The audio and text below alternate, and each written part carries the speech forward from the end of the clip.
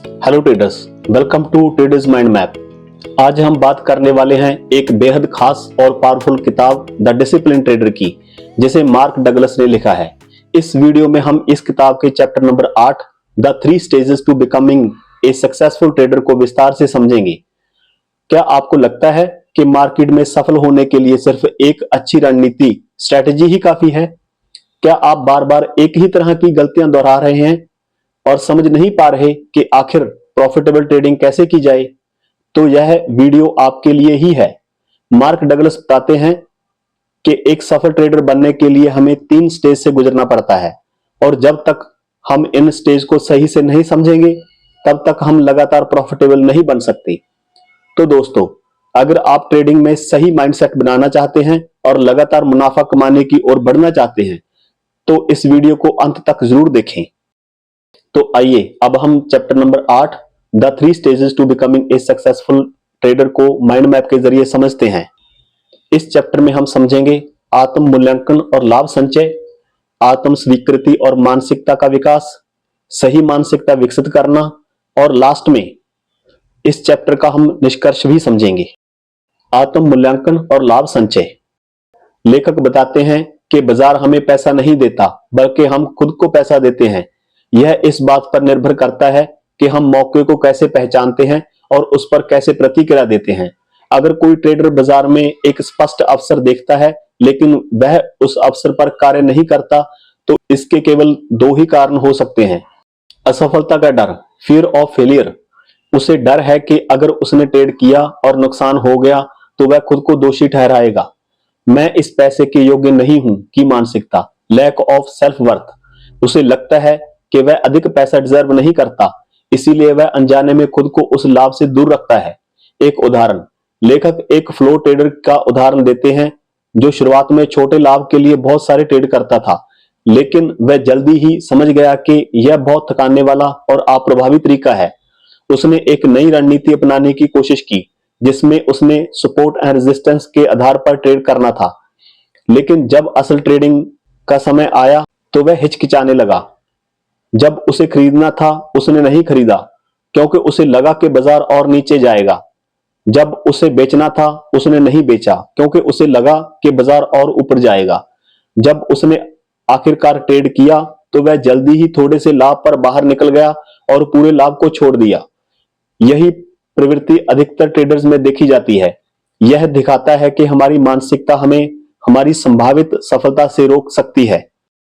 आत्म स्वीकृति और मानसिकता का विकास। लेखक बताते हैं कि सीखने और सफलता प्राप्त करने का सबसे महत्वपूर्ण पहलू आत्म स्वीकृति है। जब हम अपनी कमजोरियों को स्वीकार नहीं करते तो हम उन्हें सुधार नहीं सकते।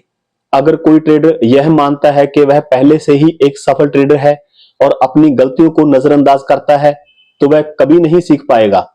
स्वीकार करना कि अभी हमारी मानसिकता पर काम करने की जरूरत है हमें बेहतर ट्रेडर बनने की दिशा में ले जाता है। एक उदाहरण, एक अन्य संस्थागत ट्रेडर, इंस्टीट्यूशनल ट्रेडर की कहानी बताई गई है जिसने खुद को यह विश्वास दिला दिया था कि उसे दूसरों की राय की कोई जरूरत नहीं है, लेकिन जब एक फ्लो ट्रेडर ने उसे फोन पर सुझाव दिया कि वह अपने ट्रेड से बाहर निकल जाए तो उसने अपनी योजना छोड़ दी और बाहर निकल गया। कुछ ही मिनटों में बाजार ने उसी दिशा में 15 टिक ऊपर मूव किया जिससे उसे अच्छा लाभ हो सकता था।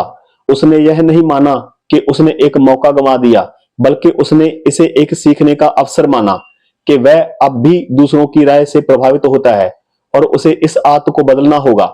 सबक, ट्रेडिंग में हर पल हमारी मानसिकता को दर्शाता है। अगर हम खुद को स्वीकार करें और समझें कि हम कहां गलती कर रहे हैं तो हम उन कमजोरियों को सुधार सकते हैं और अधिक लाभदायक ट्रेड कर सकते हैं। सही मानसिकता विकसित करना। लेखक इस अध्याय के अंत में यह समझाते हैं कि अगर कोई ट्रेडर अपने अंदर मौजूद डर, लालच, असुरक्षा और अधीरता को पहचान ले तो वह इन भावनाओं को बदल सकता है और बाजार में अधिक आत्मविश्वास के साथ ट्रेड कर सकता है। अगर हम मानते हैं कि हर ट्रेड हमारा स्तर दर्शाता है तो हम इसे सुधारने की कोशिश करेंगे।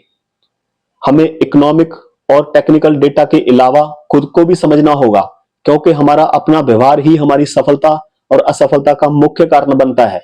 अगर हम पर्यावरण, बाजार से मिल रहे संकेतों को अनदेखा करेंगे और अपने भ्रम में रहेंगे तो हम कभी सफल नहीं हो सकते। निष्कर्ष, इस अध्याय में बताया गया है कि ट्रेडिंग में सफलता हमारी मानसिकता पर निर्भर करती है। अगर हम आत्म स्वीकृति और आत्म मूल्यांकन को विकसित कर लें तो हम ज्यादा सही निर्णय ले सकते हैं, अपने डर को दूर कर सकते हैं, अवसरों को पहचान सकते हैं और अधिक लाभ कमा सकते हैं। लाभ कमाने की हमारी क्षमता हमारी आत्म छवि से जुड़ी होती है। हम खुद को उतना ही पैसा देते हैं जितना हम समझते हैं कि हम डिजर्व करते हैं। डर, लालच और अनिश्चितता से बाहर निकलने के लिए आत्म स्वीकृति जरूरी है। हमेशा खुद को बेहतर बनाने और गलतियों से सीखने के लिए तैयार रहना चाहिए। यह अध्याय हमें यह एहसास करवाता है कि ट्रेडिंग सिर्फ एक तकनीकी खेल नहीं है, बल्कि यह एक मानसिक और भावनात्मक यात्रा भी है। जो ट्रेडर इस मानसिकता को समझ लेता है वह बाजार में टिक सकता है और लगातार मुनाफा कमा सकता है। दोस्तों, इस सीरीज के जरिए हम यह समझने की कोशिश कर रहे हैं कि एक ट्रेडर की मानसिकता कैसी होनी चाहिए, उसकी साइकोलॉजी कैसी होनी चाहिए, उसका सोचने का तरीका कैसा होना चाहिए। उम्मीद करते हैं कि आपको हमारी यह सीरीज पसंद आ रही है। प्लीज कमेंट करिए, लाइक करिए और सब्सक्राइब करिए। धन्यवाद।